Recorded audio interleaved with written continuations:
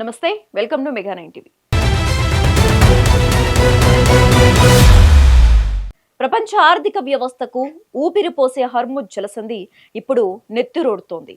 Iran, Israel మధ్య రాజుకున్న మంటలు Gulf తీరాన్ని అగ్నిగుండంలా మార్చేశాయి. అమెరికా అధ్యక్షుడు డొనాల్డ్ ట్రంప్ పెట్టిన షరతులను ఇరాన్ తోసిపుచ్చటమే ఆలస్యం.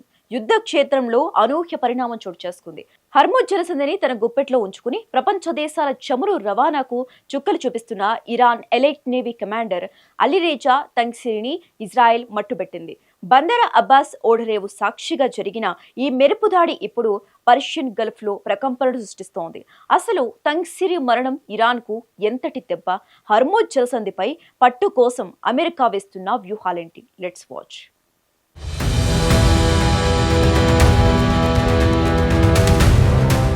భూగోళంపై అత్యంత వ్యూహాత్మకమైన జలమార్గం ఏదైనా ఉందంటే అది హార్ముజ్ జలసంధి మాత్రమే. ప్రపంచవ్యాప్తంగా సరఫరా అయ్యే చమురులో దాదాపు 20% వాటా ఈ చిన్న జలసంధి మీదుగానే సాగుతుంది. అంటే ఇక్కడ ఒక్క చిన్న అలజడి రేగిన ప్రపంచం మొత్తం చీకట్లోకి వెళ్లడం ఖాయం. పెట్రోల్, డీజిల్ ధరలు ఆకాశాన్ని తాకడమే కాదు, అంతర్జాతీయ వాణిజ్యం స్తంభించిపోతుంది. సరిగ్గా ఇదే పాయింట్ను ఇరాన్ తన అతిపెద్ద రక్షణ కవచంగా మార్చుకుంది. పశ్చిమ దేశాలతో, ముఖ్యంగా అమెరికా, ఇజ్రాయెల్ కూటమితో ఇరాన్కు ఉన్న విభేదాలు అందరికీ తెలిసినవే. అయితే ప్రత్యక్ష యుద్ధానికి దిగితే జరిగే నష్టం కంటే చమురు సరఫరాను అడ్డుకుంటామనే హెచ్చరికతో ఇరాన్ ఇన్నాళ్లు వారిని కట్టడి చేస్తూ వచ్చింది. మమ్మల్ని తాకితే ప్రపంచానికి చమురు అందకుండా చేస్తాం అనే పరోక్ష హెచ్చరికను హార్ముజ్ జలసంధి వేదికగా ఇరాన్ పదే పదే వినిపించింది. ఈ జలసంధిని మూసివేయడం లేదా అక్కడ నావికాదళ కార్యకలాపాలను పెంచటం ద్వారా అమెరికా ఆర్థిక ప్రయోజనాలపై దెబ్బ కొట్టడం ఇరాన్ ప్రధాన లక్ష్యం.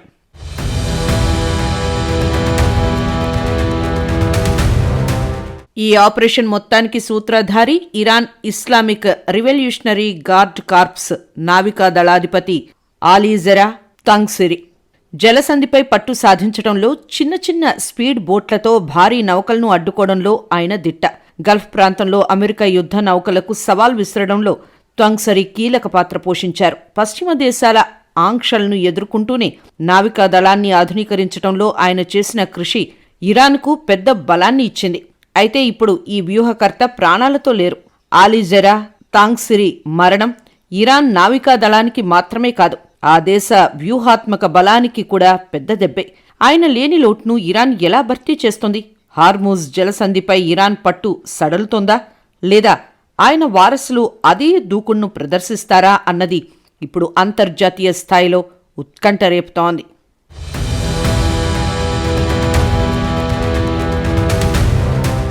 చెట్టు చివర కొమ్మను నరికితే లాభం లేదు, ఏకంగా వేరునే పికిలించాలి అన్నట్లు ఇజ్రాయెల్ తన వ్యూహాన్ని అమలు చేసింది.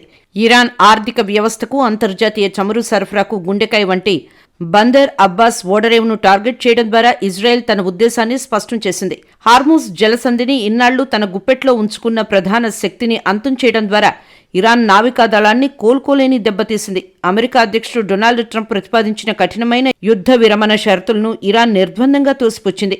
ఈ రాజకీయ ప్రతిష్టంభన ఏర్పడిన వెంటనే ఇజ్రాయెల్ ఈ భీకర దాడికి తెగబడటం గమనార్హం.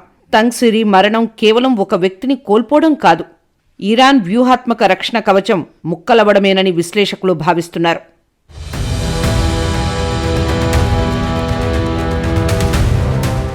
బుషెహార్ ప్రావిన్స్లో జన్మించిన అలీరెజా తంగ్సిరి క్షేత్రస్థాయి నుండి నాయకత్వ స్థాయికి ఎదిగిన అరుదైన సైనికాధికారి. 1980వ దశకంలో జరిగిన ఇరాన్ ఇరాక్ యుద్ధంలో ఆయన తన పోరాట పటిమను నిరూపించుకున్నారు. ముఖ్యంగా అమెరికాతో జరిగిన చారిత్రక ట్యాంకర్ వార్స్లో తంగ్సిరి పోషించిన పాత్ర అమోఘం. సముద్ర గర్భంలో శత్రువుల వ్యూహాలను చిత్తు చేయడంలో ఆయన ఆరితేరారు. తంగ్సిరి తన ప్రతిభతో ఇరాన్ సైనిక వ్యవస్థలో వేగంగా ఎదిగారు. 2010 నుండి 2018 వరకు ఐఆర్జీసీ నావికా దళానికి డిప్యూటీ కమాండర్గా సేవలందించిన ఆయన ఆ తర్వాత సర్వసైన్యాధ్యక్షుడిగా బాధ్యతలు చేపట్టారు. పర్షియన్ గల్ఫ్లో అమెరికా యుద్ధ నౌకల కదలికలను నియంత్రించడంలో ఆయన ఒక కవచంలా నిలిచారు.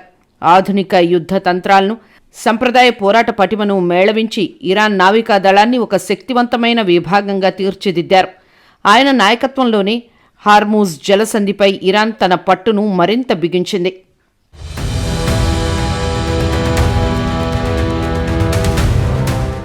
హార్ముజ్ జలసంధిని ఒక అజేయమైన కోటలా మార్చిన ఘనత తంగ్సిరిదే. సాంప్రదాయ యుద్ధ నౌకల కంటే వేగంగా దూసుకెళ్లే స్పీడ్ బోట్లతో శత్రు నౌకలను చుట్టుముట్టడం, జలసంధిలో అత్యాధునిక సముద్ర గనులు వాడటం వంటి గెరిల్లా వ్యూహాలను ఆయనే స్వయంగా ప్రవేశపెట్టారు. అగ్రరాజ్యాల భారీ యుద్ధ నౌకలను సైతం చిన్న చిన్న బోట్లతో భయపెట్టవచ్చని ఆయన ప్రపంచానికి చూపించారు. తంగ్సిరి మరణం ఇరాన్ నావికా రక్షణ వ్యవస్థలో ఒక పెద్ద శూన్యాన్ని సృష్టించింది. హార్ముజ్ జలసంధిపై ఇన్నాళ్లు ఇరాన్ ప్రదర్శించిన ఆధిపత్యం ఈ వ్యూహకర్త లేకపోవడంతో సడిలిపోయే అవకాశం ఉందని అంతర్జాతీయ విశ్లేషకులు భావిస్తున్నారు. ఒకవేళ ఇజ్రాయెల్ ఈ దాడిని అధికారికంగా ధృవీకరిస్తే గల్ఫ్ ప్రాంతంలో ఇరాన్ తన పట్టును కోల్పోవడం ఖాయంగా కనిపిస్తోంది. యుద్ధ తంత్రాల్లో ఆరితేరిన తంగ్సిరి నిష్క్రమణ ఇరాన్ భవిష్యత్తు వ్యూహాలను నీరుగార్చే ప్రమాదం ఉంది.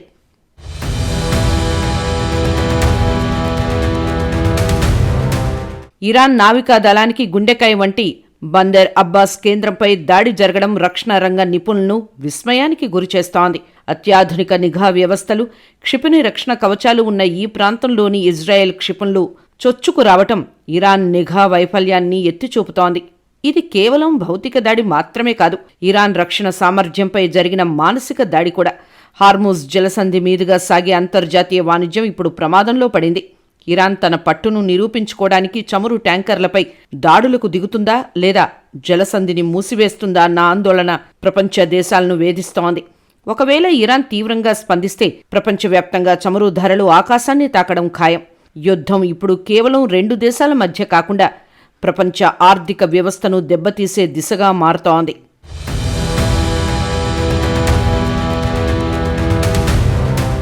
చమురు ధరలు ఆకాశాన్ని తాకుతున్న వేళ ఈ పరిణామాలు అంతర్జాతీయ మార్కెట్లను వణికించబోతున్నాయి. 20% చమురు నిలిచిపోతే భారత్ వంటి దేశాలపై దాని ప్రభావం తీవ్రంగా ఉంటుంది. ఇరాన్ తన అత్యున్నత స్థాయి కమాండర్ మరణానికి ప్రతీకారంగా జలసంధిని పూర్తిగా దిగ్బంధిస్తే అది 3వ ప్రపంచ యుద్ధానికి దారితీసినా ఆశ్చర్యపోనక్కర్లేదు. నిప్పుతో చెలగాటం ఆడితే ఇల్లు కాలక తప్పదు అన్న హెచ్చరికలు ఇరుపక్షాల నుండి వినిపిస్తున్నాయి. అలీజెరా తంగ్సిరి మరణం తర్వాత ఇరాన్ తన తదుపరి కమాండర్గా ఎవరిని నియమిస్తుంది? పర్షియన్ గల్ఫ్లో తమ ఆధిపత్యాన్ని నిలబెట్టుకోవడానికి ఇరాన్ సుప్రీం లీడర్గా ఉన్న ఖమేనీ వారసుడు ఎలాంటి ఆదేశాలు ఇస్తారు? యుద్ధ మేఘాలు కమ్ముకున్న వేళ హార్ముజ్ జలసంధి మరోసారి ప్రపంచ రాజకీయాలకు కేంద్ర బిందువుగా మారింది.